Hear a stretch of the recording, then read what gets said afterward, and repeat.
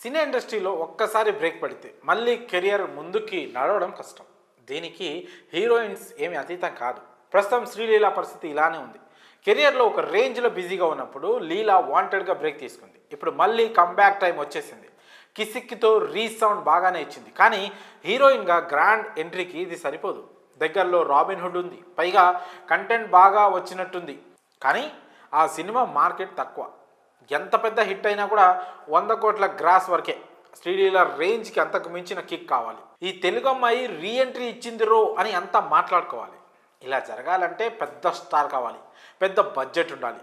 అందుకే లీలా డేట్స్ ఇప్పుడు శివకార్తికేయన్ దగ్గరికి వెళ్ళి ఆగాయి. వరుస విజయాలతో దూసుకుపోతున్న నటుడు శివకార్తికేయన్, ఈయన ఇటీవల రాజ్ కుమార్ పెరియా స్వామి దర్శకత్వంలో హీరోగా నటించిన అమరన్ చిత్రం ఘన విజయాన్ని సాధించిన విషయం తెలిసిందే.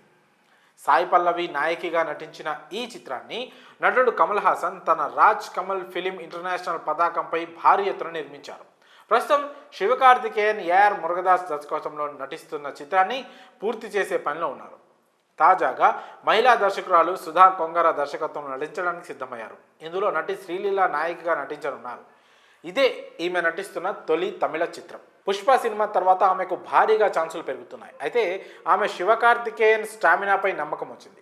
ఇందులో ప్రముఖ నటుడు జయం రవి కూడా ప్రధాన పాత్రను పోషిస్తున్నారు. మరో ముఖ్య పాత్రను నటుడు అధర్వ్ పోషించనున్నారు. డాన్ పిక్చర్స్ పతాకంపై ఆకాష్ భాస్కర్ నిర్మిస్తున్న భారీ బడ్జెట్ చిత్రం ఇది. దీనికి జీవి ప్రకాష్ కుమార్ సంగీతాన్ని అందిస్తున్నారు. ఇది ఆయనకు 100వ చిత్రం కావడం విశేషం.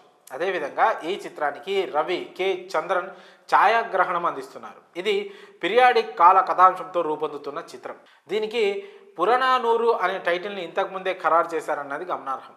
ఈ చిత్రం 150 కోట్ల బడ్జెట్తో రూపొందుతున్నట్లు సమాచారం. మల్టీ స్టార్స్ నటిస్తున్న చిత్రం కావడంతో దీని మార్కెట్ కనీసం 500 కోట్ల పైనే జరిగే ఛాన్స్ కనిపిస్తుంది. అందుకే ఇప్పుడు శ్రీలీల ఈ ప్రాజెక్ట్కి ఓకే చెప్పినట్లు టాక్. ఇదే జరిగితే మన తెలుగు అమ్మాయి సౌత్ని సింగిల్ హ్యాండ్తో వేయలేయడం ఖాయం. మరి లీలా సూపర్ ప్లానింగ్పై మీ అభిప్రాయాలను కామెంట్స్ రూపంలో తెలియజేయండి.